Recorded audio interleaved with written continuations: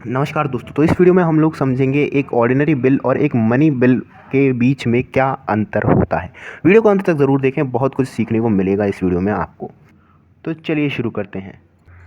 तो पहला पॉइंट है कि ऑर्डिनरी बिल जो है उसको लोकसभा या राज्यसभा में कहीं पे भी इंट्रोड्यूस किया जा सकता है, उसको कहीं पे भी लाया जा सकता है। लेकिन मनी बिल को सिर्फ और सिर्फ लोकसभा में ही लाया जा सकता है, राज्यसभा में नहीं लाया जा सकता। तो ये हो गया पहला पॉइंट। अब दूसरे पॉइंट को देखें। एक ऑर्डिनरी बिल को इंट्रोड्यूस कोई भी मेंबर कर सकता है, या तो वो मिनिस्टर हो या प्राइवेट मेंबर, कोई भी उसको इंट्रोड्यूस कर सकता है, किसी भी हाउस में इंट्रोड्यूस कर सकता है, लोकसभा या राज्यसभा। लेकिन मनी बिल को सिर्फ और सिर्फ मिनिस्टर ही इंट्रोड्यूस करेगा, प्राइवेट प्राइवेट मेंबर नहीं कर पाएगा। प्राइवेट मेंबर मनी बिल को इंट्रोड्यूस नहीं कर सकता। तीसरा पॉइंट है ऑर्डिनरी बिल के लिए प्रेसिडेंट यानी कि राष्ट्रपति की सहमति की ज़रूरत नहीं पड़ती।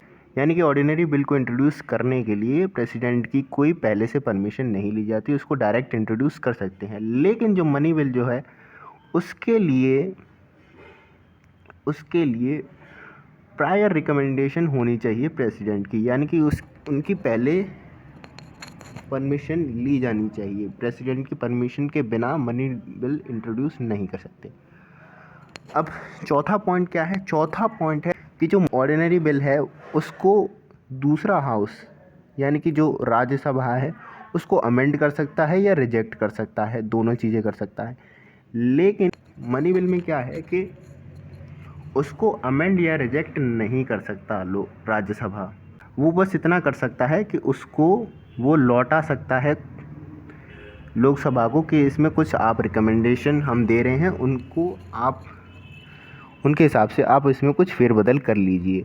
अब ये लोकसभा के ऊपर है कि उनको ये रिकमेंडेशन एक्सेप्ट करनी है या नहीं करनी, कुछ अमेंडमेंट करना है या नहीं करना, लेकिन वो इसके लिए बाध्य नहीं है।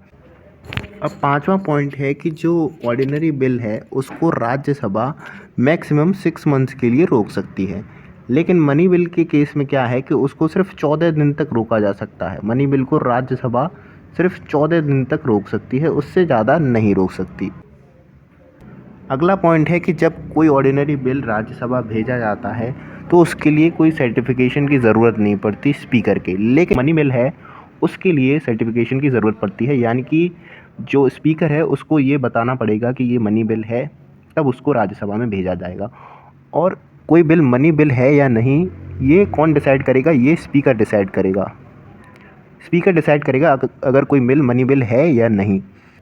स्पीकर का डिसीजन फाइनल डिसीजन होगा मनी बिल पे, और इस फाइनल डिसीजन को, स्पीकर के डिसीजन को कहीं पे भी चैलेंज नहीं किया जा सकता, कोर्ट वगैरह में चैलेंज नहीं किया जा सकता।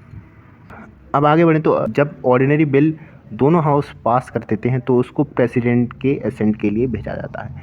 फिर प्रेसिडेंट उस पर अपना एसेंट दे सकते हैं, या फिर उसको रोक सकते हैं, या फिर उसको रिटर्न कर सकते हैं।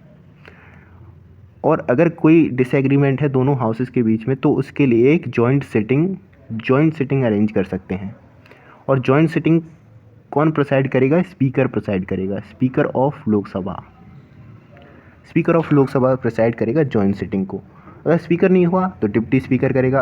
अगर डिप्टी स्पीकर भी नहीं हुआ तो राज्यसभा का वाइस चेयरमैन प्रोसाइड करेगा और जॉइंट सिटिंग को। लेकिन यहाँ पर एक चीज़ देखने वाली बात होगी कि चेयरमैन प्रिसाइड नहीं कर सकता जॉइंट सिटिंग को। राज्यसभा का चेयरमैन प्रिसाइड नहीं कर सकता क्योंकि वो मेंबर नहीं होता किसी भी हाउस का। लेकिन मनी बिल की हम लोग बात करें तो अगर उसको लोकसभा अप्रूव कर देती है तो फिर वो अप्रूव ही माना जाता है। इसमें राज्यसभा और लोकसभा के बीच में कोई डिसएग्रीमेंट होने का कोई चांस नहीं है, तो यहाँ पे जॉइंट सिटिंग का प्रोविज़न नहीं है। मनी बिल के लिए जॉइंट सिटिंग का प्रोविज़न नहीं है। अगला है, अगर कोई बिल इंट्रोड्यूस किया जाता है और वो लोकसभा में डिफीट हो जाए, वो पास नहीं हो पाए किन्हीं कारणों से, तो हो सकता है गवर्नमेंट को रेजिग्नेशन देना पड़े। अगर वो बिल इंट्रोड्यूस किया है किसी मिनिस्टर ने, कोई मिनिस्टर अगर कोई बिल इंट्रोड्यूस कर रहा है और फिर भी वो पास नहीं हो पा रहा है, तो ऐसा हो सकता है कि गवर्नमेंट को रेजिग्नेशन देना पड़े ऑर्डिनरी बिल के केस में।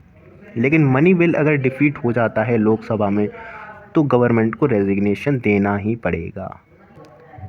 अगला और लास्ट पॉइंट है, ordinary bill can be rejected, approved और return for reconsideration by the president. President ordinary bill को या तो अप्रूव कर सकता है या रिजेक्ट कर सकता है या रिटर्न कर सकता है रिकन्सिडरेशन के लिए, और रिटर्न करने के बाद फिर से अगर बिल पास कर दिया जाता है दोनों हाउसेस के द्वारा, तो फिर उसको अपना एसेंट देना पड़ेगा, उसको अप्रूव करना पड़ेगा, उसके लिए वो बाध्य हो जाएगा।